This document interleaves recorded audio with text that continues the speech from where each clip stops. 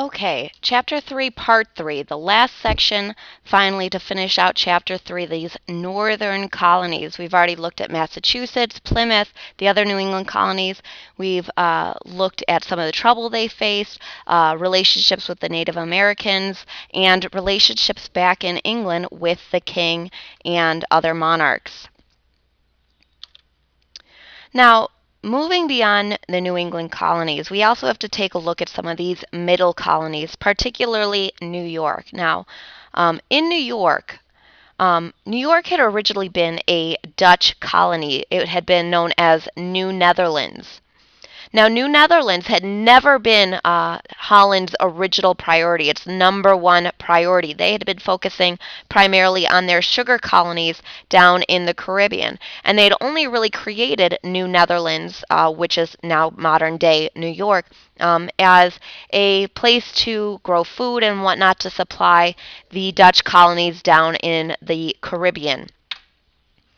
Now, in 1664, Charles II, the King of England, looking at this weakness on the part of the Dutch, on the part of New Netherlands, said, you know what?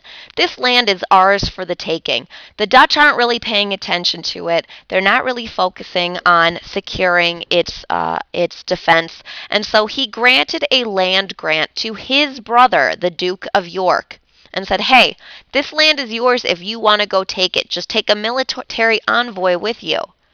And when the Duke of York arrived in New Netherlands, he found a colony very, very under protected.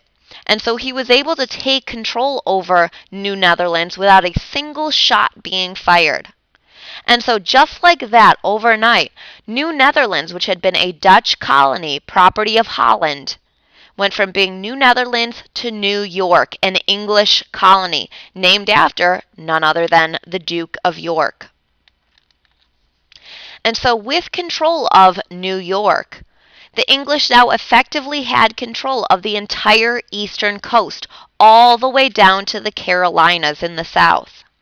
They are gaining a lot of control, a lot of power over this region in a relatively quick amount of time.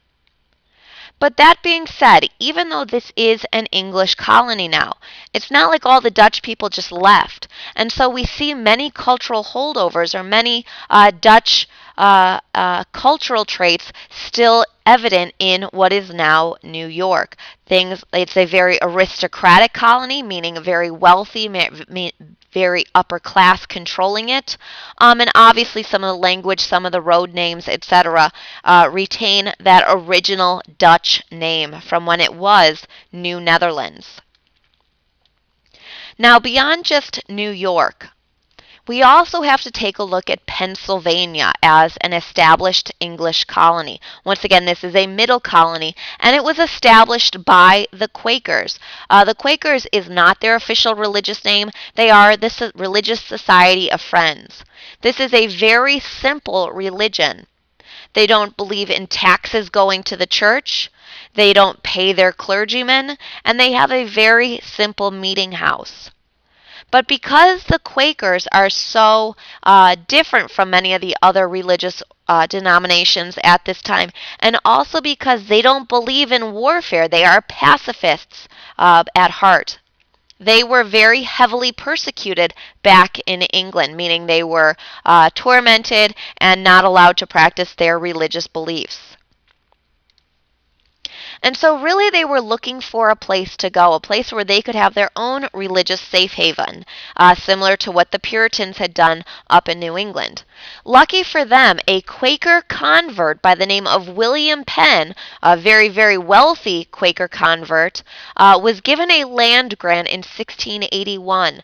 The king at the time had owed William Penn's father a large amount of money, and instead of wanting to pay William Penn back this money, he instead said, hey, that big tract of land over in the New World is now yours. Do with it what you will.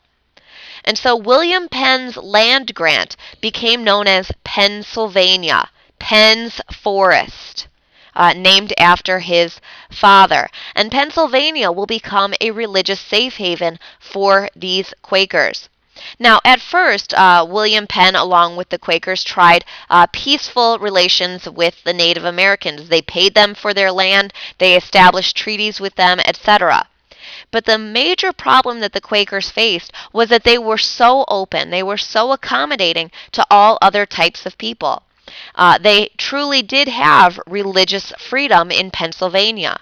And so, very, very quickly, as a result of these open ideas about other types of people, many, many outsiders, non Quakers, started moving into Pennsylvania. And so, very quickly, this colony, which had been originally for the purpose of giving the Quakers a safe haven, is now to some degree dominated by these outsiders, these non Quakers.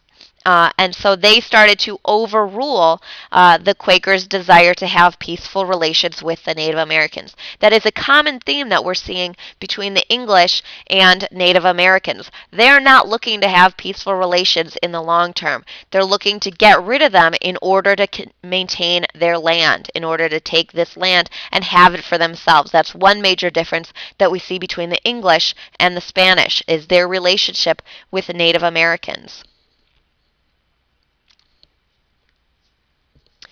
So, even though these outsiders very quickly started moving in, and by 1700, very, very quickly, Pennsylvania was actually larger than both Virginia and Massachusetts. So they grew very, very rapidly, and they attracted a lot of different types of people simply because they were so open and accommodating. They did have a representative assembly, a representative government for male land owners. There was no requirement to be part of the religion.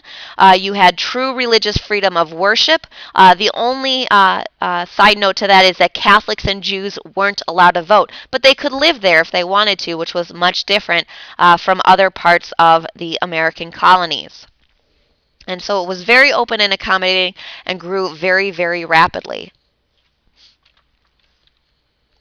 Now, beyond just Pennsylvania, their influence, this Quaker influence, expanded to two other colonies as well, namely New Jersey, which was created in 1664, but later sold to the Quaker, so there was a large Quaker influence in New Jersey. And also Delaware. Delaware had a very large Quaker population. And actually, up until the Revolution, Delaware had the same royal governor as Pennsylvania. So there is that connection there as well, that same royal governor and a large Quaker population in the colony of Delaware. And so overall, these middle colonies, namely New York, New Jersey, Delaware, and Pennsylvania, these middle colonies, as they were known, not to be confused with New England, not to be confused with the Chesapeake Bay, which is Virginia and Maryland, and not to be confused with the southern colonies. But these middle colonies had a very distinct flavor to them, if you will. These are known as the bread colonies, simply because of the large amount of grain that was being produced in the middle colonies. They were exporting huge amounts of grain during this colonial period. Also, with the number of rivers going through these middle colonies, has made it the perfect place for the fur trade industry as well. So that's another major component to the middle colonies, in addition to shipbuilding, lumbering, etc. So it's almost this mix between the New England colonies to the north and the southern colonies, obviously, to the south. A nice mixture of the two. And obviously some religious tolerance like we saw in Pennsylvania. So ethnically mixed and very religiously tolerant as well is another hallmark of the middle colonies. And then last but not least, this is obviously an artist's rendering of William Penn meeting with the local tribes to create this treaty and to also pay them for the land that had been granted to them. Obviously very different from what we've seen from some of the other English colonies. And that is the end of Chapter 3. Thank you very much.